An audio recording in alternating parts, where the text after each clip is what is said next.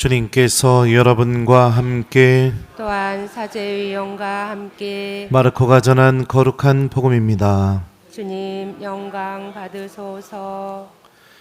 그때 예수님께서 제자들과 함께 호숫가로 물러가셨다. 그러자 갈릴레아에서 큰 무리가 따라왔다. 또 유다와 예루살렘, 이두메아와 요르단 건너편, 그리고 티로와 시돈 근처에서도 그분께서 하시는 일을 전해 듣고 큰 무리가 그분께 몰려왔다. 예수님께서는 군중이 당신을 밀쳐대는 일이 일어나지 않게 하시려고 당신께서 타실 거룩배 한 척을 마련하라고 제자들에게 이르셨다. 그분께서 많은 사람의 병을 고쳐주셨으므로 병고에 시달리는 이들은 누구나 그분에게 손을 대려고 밀려 들었기 때문이다. 또 더러운 영들은 그분을 보기만 하면 그분 앞에 엎드려 당신은 하느님의 아드님이십니다 하고 소리 질렀다. 그러나 예수님께서는 그들에게 당신을 사람들에게 알리지 말라고 엄하게 이르곤 하셨다. 주님의 말씀입니다. 그리스도님 찬미합니다. 오소서 성령님. 그러나 예수님께서는 그들에게 당신을 사람들에게 알리지 말라고 엄하게 이르곤 하셨다. 안녕하세요. 임신부님하고 잘 지냈죠? 신부님도 별로 안 보고 싶었죠? 네? 1번 보고 싶었다. 2번 별로 안 보고 싶었다. 네? 뻥치시네.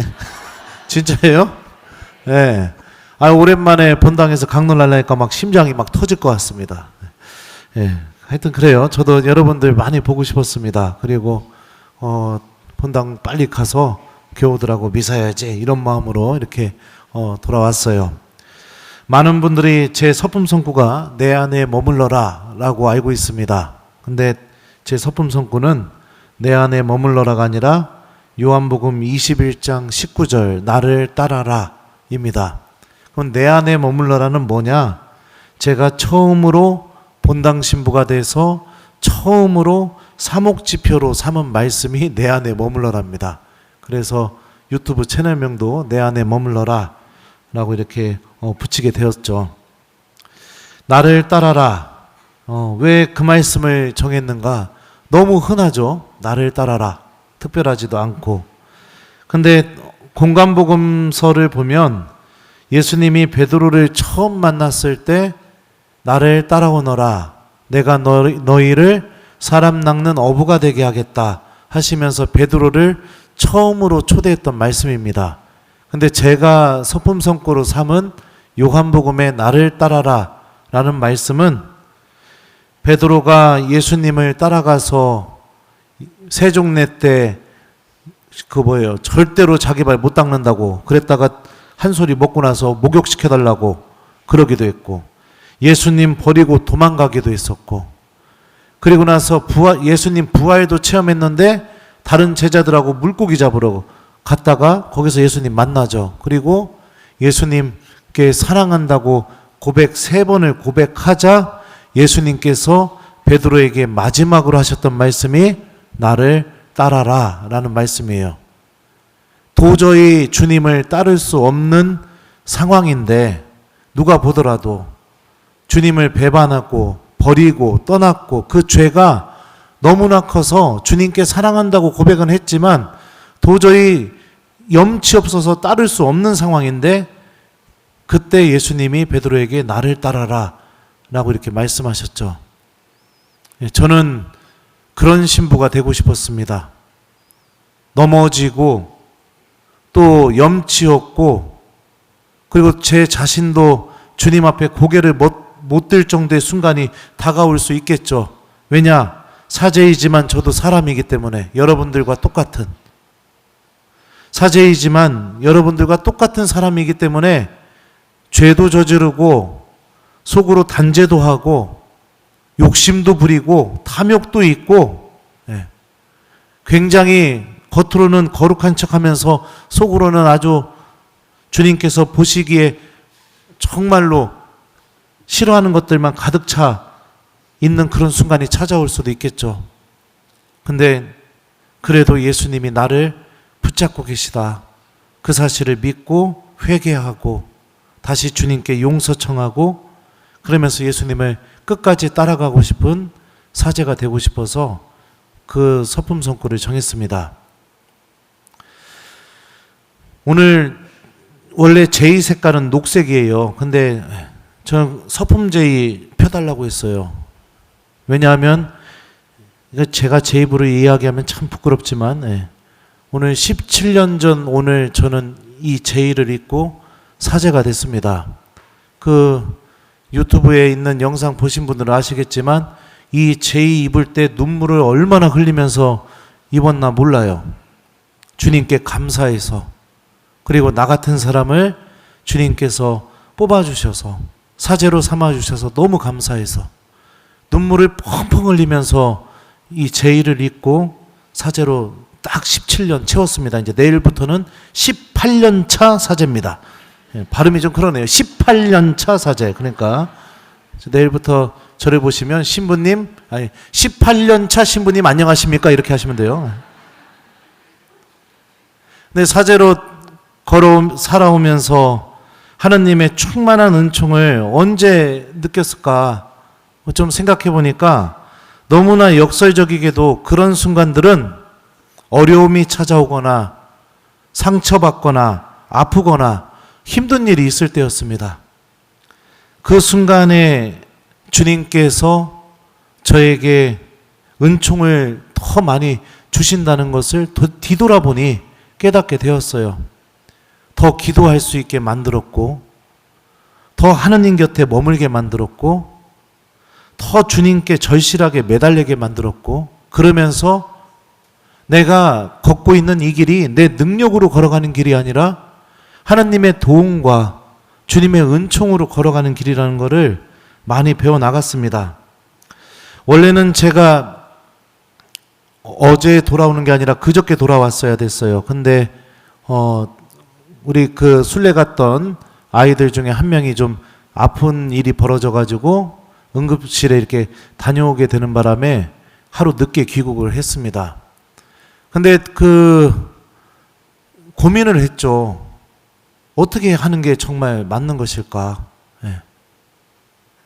제가 아이들을 다 데리고 들어오는 게 정말 맞을까? 아니면 그 아픈 아이를 데리고 들어오는 게 맞을까? 근데 마지막 그 날 나테란 성당에서 미사를 하는데 마지막에 제가 아이들한테 그랬습니다. 얘들아, 신부님이 영어로 뭐냐? 그랬더니 참 신기한 게 중학생, 고등학생은 신부님을 영어로 뭐라고 부르는지 모르더라고요.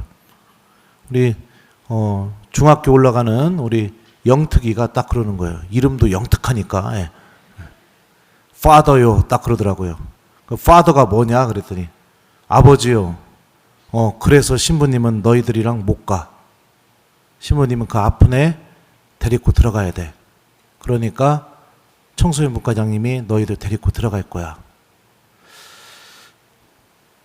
참 어려운 순간인데 저는 그때도 저는 그렇게 제가 멋있는 말을 할 줄 몰랐거든요. 하느님이 제 안에서 말씀하셨다고 저는 그렇게 느껴집니다. 하느님이요. 이렇게 힘들고 어려운 순간마다 주님께서는 함께 계셔 주셨고 인간적으로 보면 나약하고 부족하지만 그 어려움을 당신의 도우심과 함께 걸어 나가서 하느님이 성경에서 고백하는 대로 임마누엘 우리와 함께 계시는구나. 하느님이 내 삶을 붙잡고 계시는구나. 이렇게 체험하고 고백하면서 살아가게 주님께서는 도와주셨습니다. 오늘 복음을 보면 더러운 영들은 예수님 앞에서 곧바로 당신은 하느님의 아드님이십니다 하고 소리를 질렀다고 복음서가 전합니다. 근데 너무나도 신기한 게 무엇이냐면 예수님이 하느님의 아드님이시라는 사실이 맞는데 예수님은 그 더러운 영들에게 그 소리 하지 말라고 당신에 대해서 사람들에게 알리지 말라고 그렇게 얘기합니다. 왜 그러느냐? 이 마르코 복음의 특별한 신학 때문이기도 한데요. 예수님을 바라보면서 처음으로 하느님의 아드님이시라고 고백한 사람은 마르코 복음서에서 누굴까요? 베드로도 아니었습니다. 그 사람은 누구였냐면 예수님이 십자가 위에서 우리를 위해서 피땀 흘리시면서 고통받으시면서 돌아가시는 모습을 다 지켜본 십자가 아래에 있던 백인 대장이 처음으로 마르코 복음서에서는 이분은 참으로 하느님의 아드님이셨구나 이렇게 고백해요. 이게 무엇을 의미하겠습니까? 고통, 어려움, 상처, 아픔, 다시 말하면 십자가. 하느님을 믿는데 그 믿음 때문에 생기는 그 어려움 속에서 사람은 하느님이 어떤 분이신지를 배워나가고 그 어려움 속에서 주님께서 어떻게 나를 위해 희생하시고 나에게 사랑을 주시는지를 체험하고 그 어려움 안에서 하느님이 정말로 어떤 분이신지를 알 수 있기 때문에 기적만 보고선 그때 당신은 하느님의 아드님이십니다. 예수님은 이런 고백을 원하지 않으시는 거죠. 다시 말하면 악은요, 우리를 십자가로 향하지 않게 만듭니다. 항상 좋은 일만 생기게 만들어요. 우리 안에 유혹입니다. 신앙을 갖게 되면 계속 좋은 일만 생겨야 돼요. 잘못된 신앙인 거죠. 참된 신앙은 주님과 함께 십자가로 걸어 나가서 그 십자가 안에서 하나님이 나를 얼마나 사랑하시는지를 체험하고 그러면서 내 안에서 터져나오는 하나님에 대한 고백, 이게 진실한 신앙 고백이죠. 오늘 일독서도 이렇게 말합니다. 그분께서는 다른 대사들처럼 날마다 먼저 자기 죄 때문에 제물을 바치고 그 다음으로 백성의 죄 때문에 제물을 바칠 필요가 없으십니다. 당신 자신을 바치실 때 이 일을 단 한 번에 이루신 것입니다. 지금 하는 말의 요점은 우리에게 이와 같은 대사제가 계시다는 것입니다. 이 대사제가 누굴까요? 바로 예수님이시죠. 우리를 위해 당신 자신을 다 바침으로 인해서 우리에게 구원을 이루어 주시고 우리에게 하느님의 모든 은총을 전해주신 그 대사제가 우리와 함께 계시다고 일독서는 우리에게 고백합니다. 사랑하는 교우 여러분들, 악이 유혹하는 대로 언제나 나에게 좋은 일만 생기기를 바라는 신앙인이 되지 마시고 주님과 함께 어떤 길을 걸어가던 묵묵히 그분 곁에 머무르는 신앙인이 되십시오.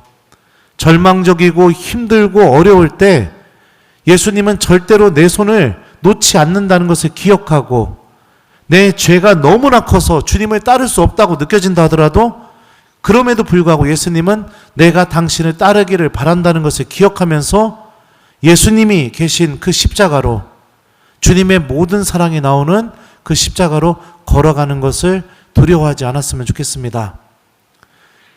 하느님은요, 아브라함에게 이삭을 요구하신 분이십니다. 하느님은요, 이스라엘이 이집트를 탈출했을 때 그들을 광야로 데리고 가신 분이십니다. 하느님은요, 이스라엘이 승승장구할 때 그들을 그대로 보아주신 게 아니라 그들이 하는 당신에 대한 믿음을 조금이라도 흔들리게 하면은 이 민족들이 침입하게 허락하시고 심지어 당신 성전까지 무너지는 것까지 허락하시면서 가르치고 계시는 분이시죠.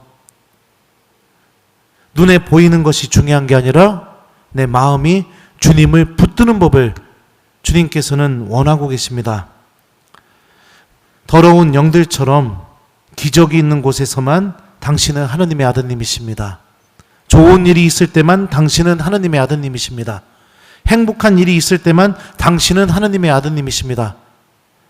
이런 고백이 아니라 우리가 백인대장이 예수님의 그 모든 사랑을 다 지켜보고 십자가 아래에서 비로소 이분은 참으로 하느님의 아드님이시구나 이렇게 고백했던 것처럼 힘들고 어려운 일이 있다 하더라도 신앙 때문에 끝까지 믿음을 지켜서 우리도 우리 마음속에서 진실되게 터져나오는 신앙 고백을 할 줄 아는 하느님의 자녀가 되었으면 좋겠습니다.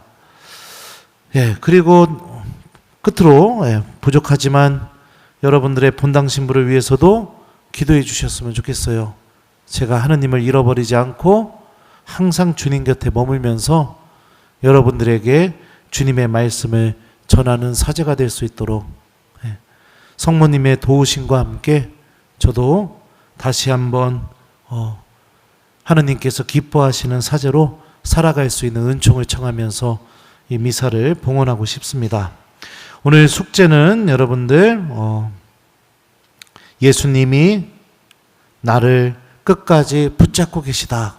이렇게 좀 주무시기 전에 성호경 한번 긋고 그렇게 그 마음속으로 한번 그렇게 생각하고 잤으면 좋겠습니다. 그래서 항상 좋은 일만을 하느님께 바라는 신앙인이 아니라 내가 항상 주님을 포기하지 않고 붙잡는 신앙인이 될 수 있는 그런 은총을 청해봤으면 좋겠어요.